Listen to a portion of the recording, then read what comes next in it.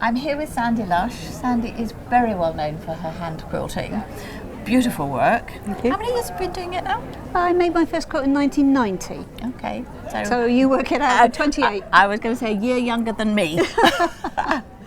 But I have not done as much hand quilting as you. And you're very prolific too, but you obviously enjoy it. I absolutely love it, and I'm very impatient, so I get through them quickly so I can start the next one. Oh, new project all the time? Absolutely, yeah. Right. Rolling projects. So please meet Murray, named after the talking skull in a computer game that my kids used to play.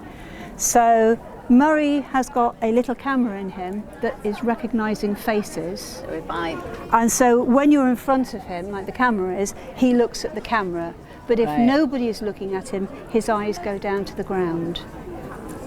And he's caused quite a lot of fun this year. I'm sure. Yeah. What a lot of fun. Yeah. What a lot of fun. And used up all my Swarovski crystals. Well, I'm glad you had enough. Yes, and I have bought more in case they fall off, so yeah. But there's those, and there's collections of different techniques, and it's been fun to do because they are all including different techniques.